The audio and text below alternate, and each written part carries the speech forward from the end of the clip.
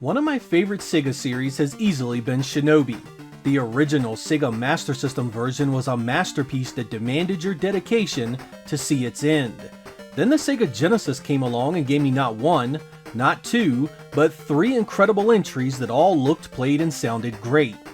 Being an early adopter of the Sega Game Gear afforded me access to some wonderful exclusive software. Among these was 1991's the GG Shinobi, which was not based on any other game in the series and entirely new just for the Game Gear. I had been so excited to play it and was already hearing some really good feedback from magazines.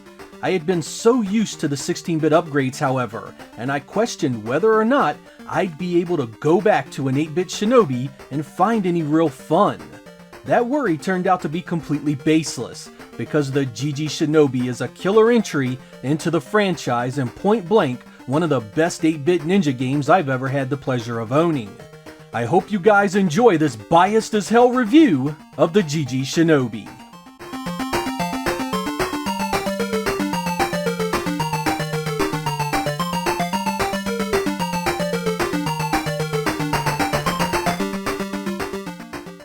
The first thing you need to do when approaching this game is to throw everything you already know about the Shinobi games out the window.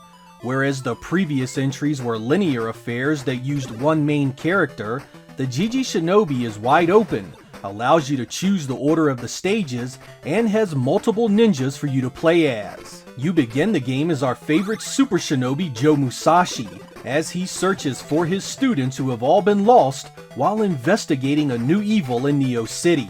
Your goal is to rescue your brethren, unlocking their ninja skills to add to your own. Joe is your red ninja and has your typical sword attack and screen-shaking ninjutsu. There's the blue ninja and his powerful chain blade that can be used to grab hook points to swing on, and he can use a whirlwind magic to reach areas the others can't. The yellow ninja uses a charged projectile attack and can walk on water. He can also surround himself with lightning to absorb damage. The pink ninja uses bombs, can walk on ceilings, and can light up dark areas. Finally, the green ninja throws stars, double jumps, and can self-destruct, causing massive damage to whatever is on the screen at the cost of one of your lives. You have to find and rescue these guys to use them, however, and that means defeating the stage and the boss that controls it. Each stage has areas that only a few of the ninjas can reach, which usually has an item like a life increase or extra magic attack tucked away somewhere.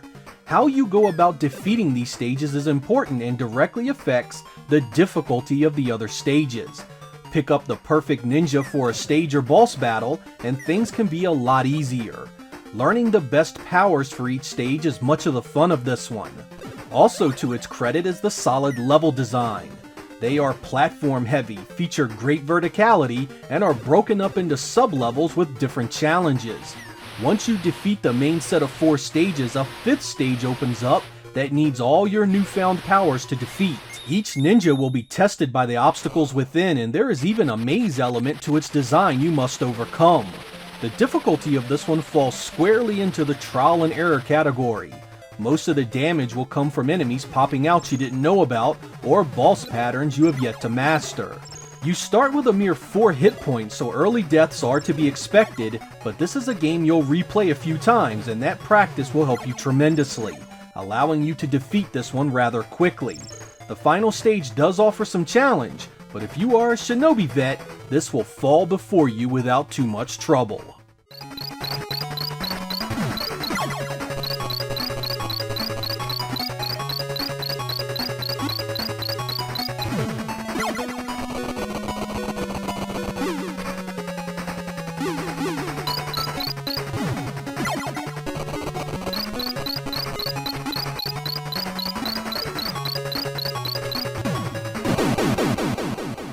The GG Shinobi is a really good looking game. Don't let that 8-bit label scare you away. This game has more color and detail going on than most software of that generation, and there are even some killer scrolling effects here and there that really sell the presentation. Your sprite actually resembles the Revenge of Shinobi design more than anything, but enemies here are unique to this version and all look really good. They're even animated fairly well for a tiny 2 megabit cart. There is also variety in each level. There is a highway, a harbor, woodlands, and a bunch of other areas for you to navigate.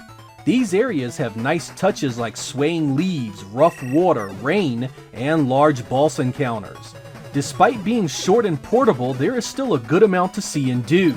This isn't just a typical scaled-back Master System release either, as you can clearly see it uses the expanded color palette of the Game Gear effectively. You won't mistake it for a 16-bit title, but what's here is worthy of praise and gets the job done.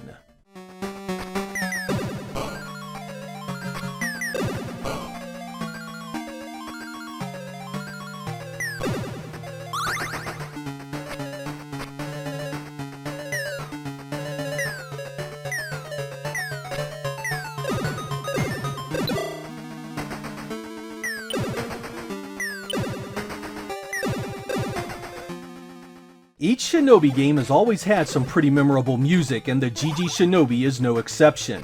The master himself, Yuzo Koshiro, is back, and he again weaves his magic into one hell of a soundtrack. Every piece of audio here fits its environment and sets the stage for everything that follows. Even the title screen sounds incredible. Honestly, I can't name you too many other games that stand equal to its quality, be it Game Gear or its Master System big brother. Yuzo no Shinobi, man, and this was an 8-bit soundtrack for the ages.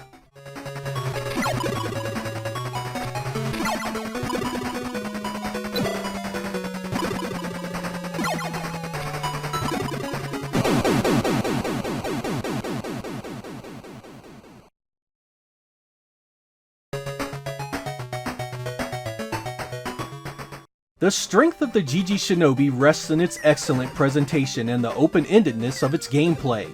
This isn't simply about collecting other ninja and hitting the final stage.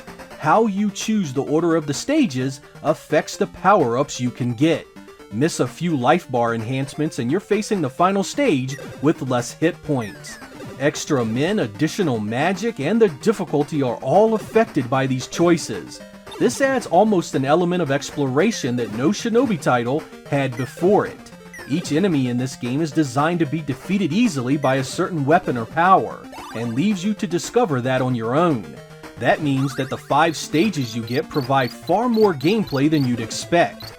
This design encourages you to try things in different order, particularly so you can use the different weapons and powers on the various stages to see if you can discover anything new. Coupled with the tried and true action platformer gameplay you know so well from Shinobi, you have a game that easily stands strong next to the 16-bit versions. And that's not hyperbole. I mean that sincerely. This game plays better than a lot of the games made years after the fact.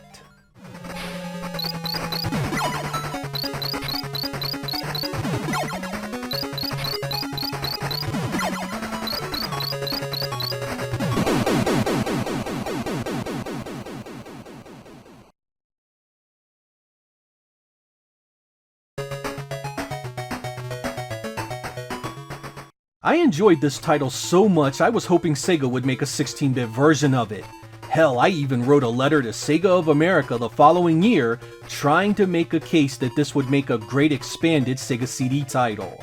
While Sega didn't heed my advice, they did release a sequel to this called Shinobi II: The Silent Fury the following year, which was excellent itself. Portable games back then tended to be short, simple affairs that offered you mere snapshots of what made their console counterparts so good. However, portable games like the GG Shinobi went a step further, offering you something new you couldn't get anywhere else. Sega wrapped it up in solid graphics, a memorable soundtrack, and released it to a Game Gear crowd that simply had no idea just how good it would be. I loved this from the moment I turned the power on, and the best part was, it was portable. If you haven't had the pleasure of taking this one for a spin, I highly recommend you find a way to do so. If you're out of practice, don't worry. Each death rewards you with the knowledge of how not to fail the next try. The excellent stage design will encourage you to replay them anyway, and you'll eventually walk away a Ninja Master. I'm Sega Lord X. Thank you guys for watching, and I will catch you next time. In the summer of 1991, Sega released the GG Shinobi to critical and commercial acclaim. It showed that the newly released Game Gear could handle an epic action platformer with the best of them, and the addition of adventure elements made it even more special. Yuzo Koshiro provided a memorable soundtrack that further established it as a portable masterpiece. It was easily one of my favorite games that year and endeared the Game Gear platform to me for years to come. Not happy to just sit on that kind of success without doing more with it, Sega was back the following year with the GG Shinobi II, or Shinobi II the Silent Fury in the West. Once again, Neo City is under assault from a new organization trying to upend society. Joe Musashi steps into the role as righteous defender, investigating various locations to find the 5 stolen elemental crystals. It once again gives you control over different ninja with different abilities. But could a sequel live up to one of the best portable games Sega ever released? Or would it just fall by the wayside, a disappointment lost in a sea of Me Too software unworthy of your time? In this episode, we are going to take a look at the GG Shinobi II and see just how good it really was.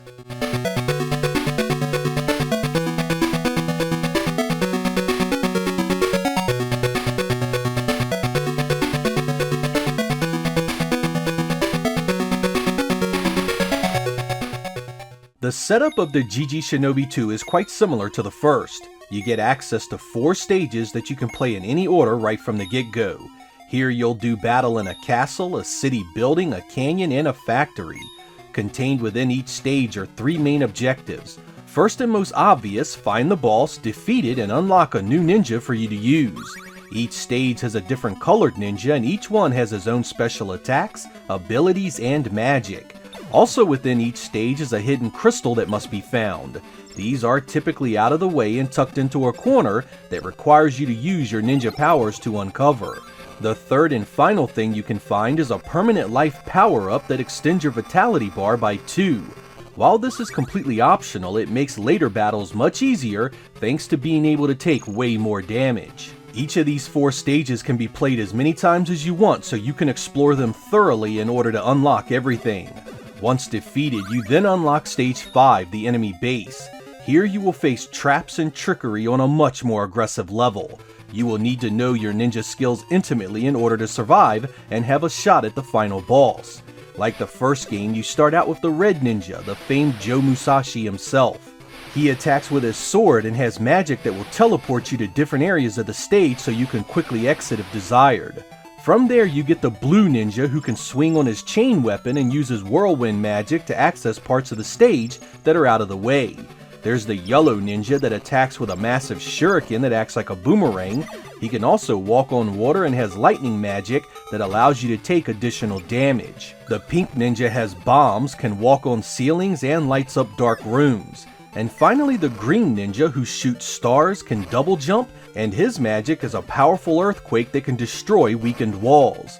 Each stage uses these various powers in order for you to discover everything, and the final challenge requires you to even think outside of the box. Sega also decided to add a password feature this time, allowing you to resume your adventure right where you left off.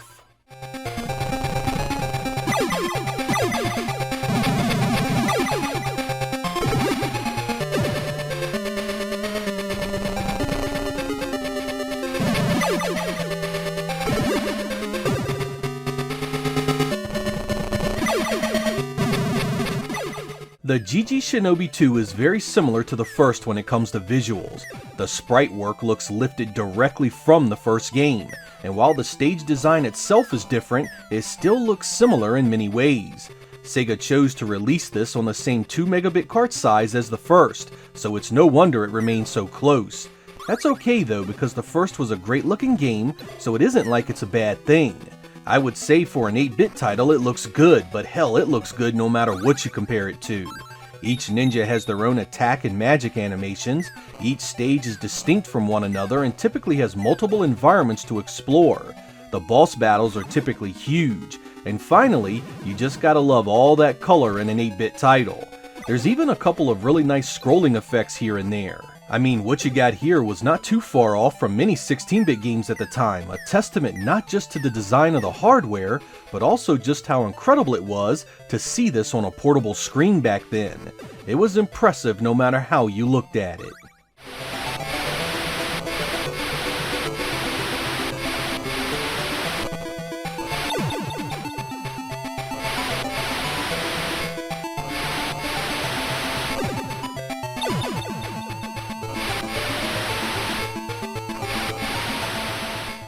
Lucky for us, Sega CS returned to do the sequel, and with them came Yuzo Koshiro for the sound again. The first GG Shinobi had epic music, and the GG Shinobi II is another great score. Each stage has multiple tunes that play while you explore and do battle. Just like the first, it fits the feel of each environment perfectly, egging you on to fight harder, make less mistakes, and just be a better ninja all the way around. That's what great music does for a game. Here are a few samples for your listening pleasure.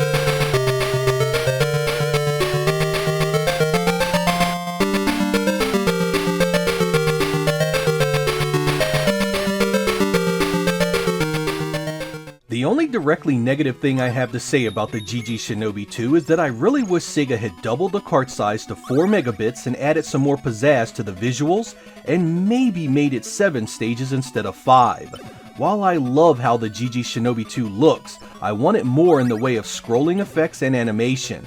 Nothing here looks bad, mind you, but when you see stuff like the canyon stage, you just want more of it.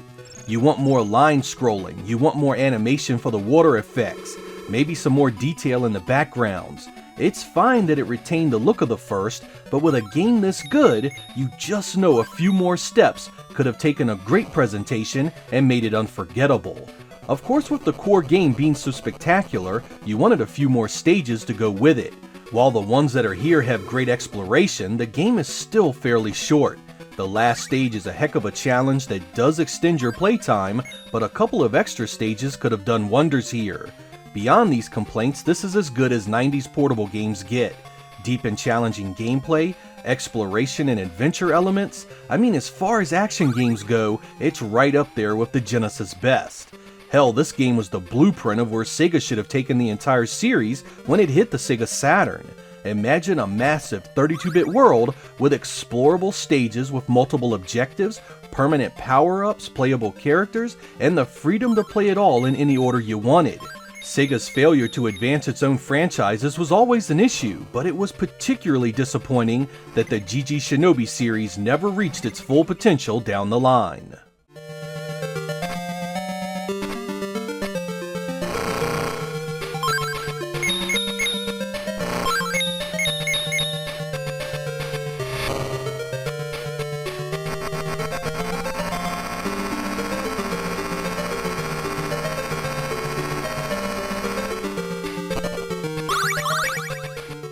If you have never had the pleasure of playing these games, man, have you missed some classics. Sega took the Shinobi formula, added a few things to deepen the experience, and turned it very much into its own thing.